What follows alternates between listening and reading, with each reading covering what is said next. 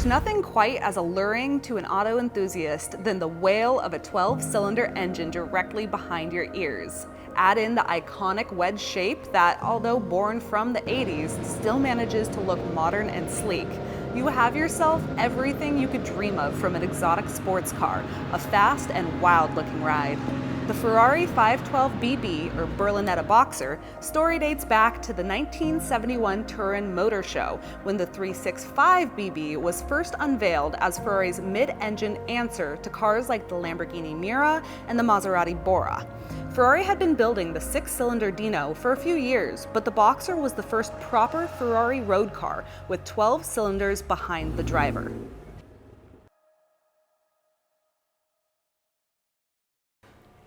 It's hard to believe that Ferrari lagged a little behind other manufacturers at any point in time, because they've always kind of been known as an innovator in the automotive world. But back in the late 60s and early 70s, other companies like Lamborghini started coming out with cars like the Miura, and they made such an impact on the world.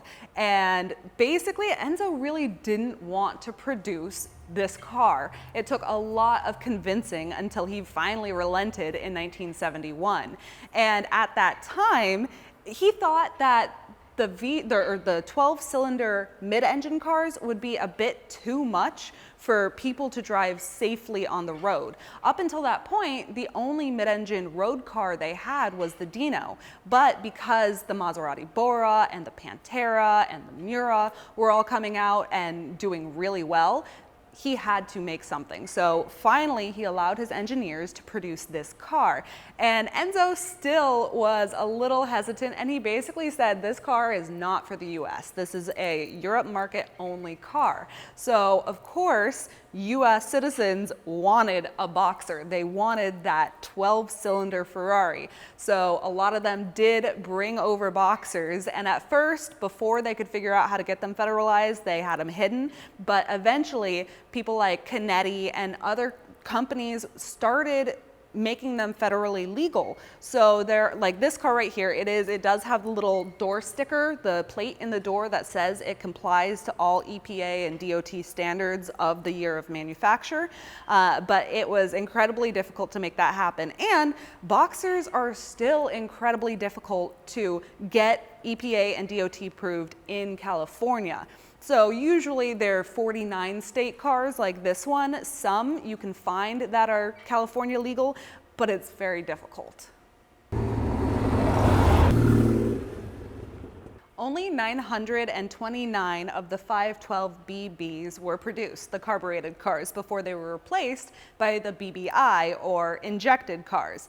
And it's interesting because the name, they changed it around. So the early Boxers, the 365, still continued the tradition of 365 cc's per cylinder times 12 cylinders to equal the total displacement. Well, the 512, they switched it up. So it's 5 liters, 12 cylinders, and then BB, Berlinetta Boxer, which there's some controversy about that name because, like I said earlier, it's not a true Boxer engine, but it is considered a Boxer even by the factory. Now, there is some debate as to the origins of that name. Basically, like a Daytona, that name was kind of adopted for the car. Same with Berlinetta Boxer. There is some debate. People say that it actually initially was Berlinetta Barbero, which in Italian, Barbero is dual camshaft, which mechanically makes a lot of sense. Now, another rumor that I really like that, it's just a rumor, it could be true, who knows, but they were saying that the BB stands for Brigitte Bardot, and the designers of the car were calling it BB, which was Brigitte Bardot's acronym, because it was just a beautiful with curvy lines, it's just a stunning car. And Enzo apparently said, no, I will not name one of my cars after a woman, so it turned into Berlinetta Boxer.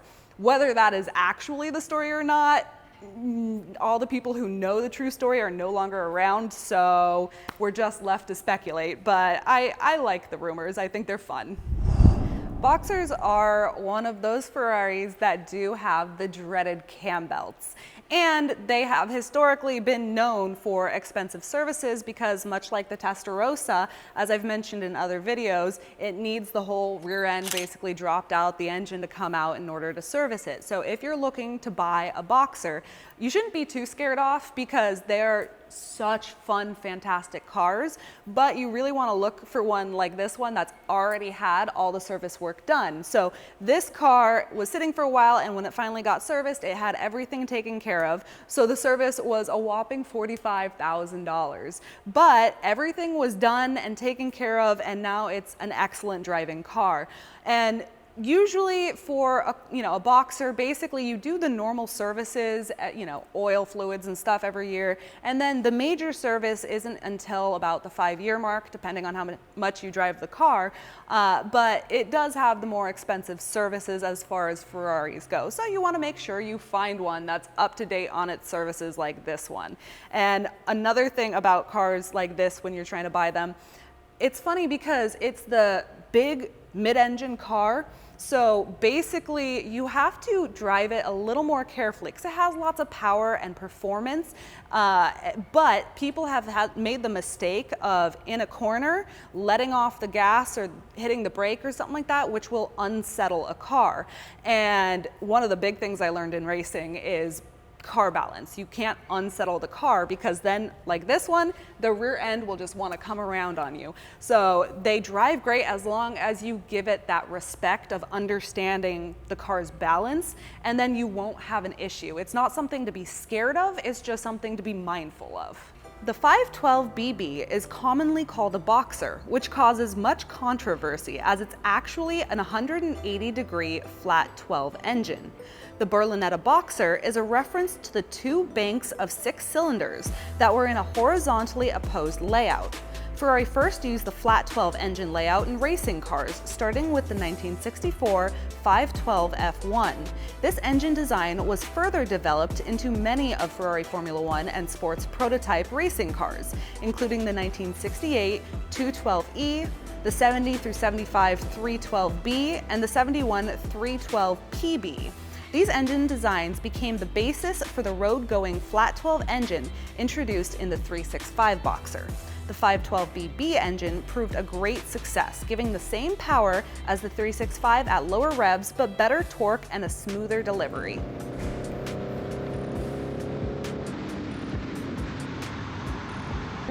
It's so much fun to drive, but it's a bit of a handful because it does take, it doesn't have the power steering and it's fairly heavy, so you gotta, how do I even explain it? I love the no power steering in these cars because it makes it such a fun experience because you really feel in control. You feel the road underneath you, you feel everything, and it's just awesome.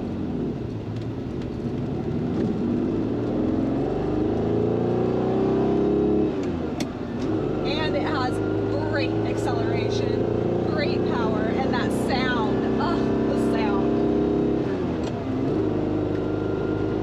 It's really hard to beat the performance and sound of a Ferrari 12-cylinder engine. It's just, there's nothing like it. And the air conditioning works nice, so it's a comfortable drive.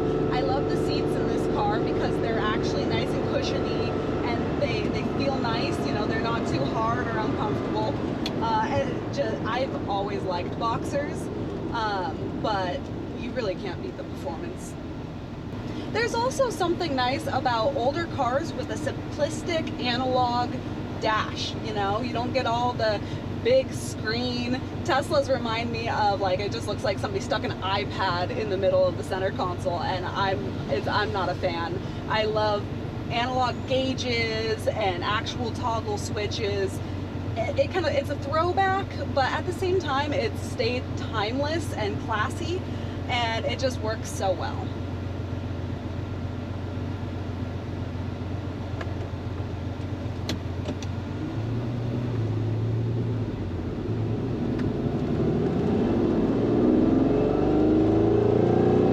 The cabin of the Boxers are actually quite comfortable. I really like the seats in these cars.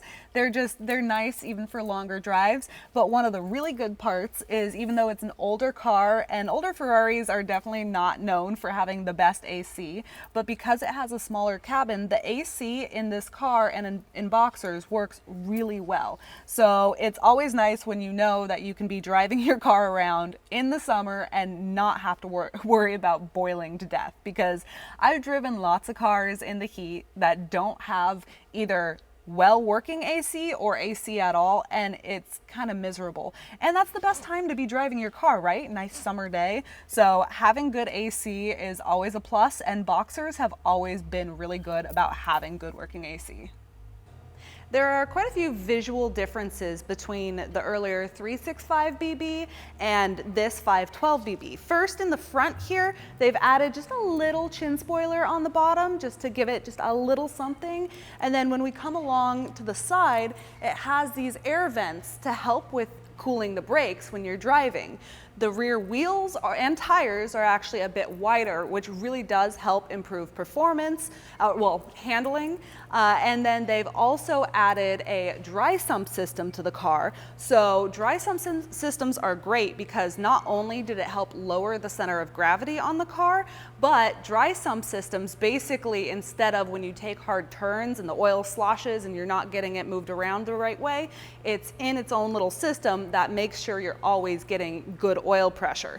And then one of the big telltales, in the back, it has 4 taillights instead of 6. So it's really easy to look at the back of one of these and be like, oh, it's a 512 and not a 365 Boxer.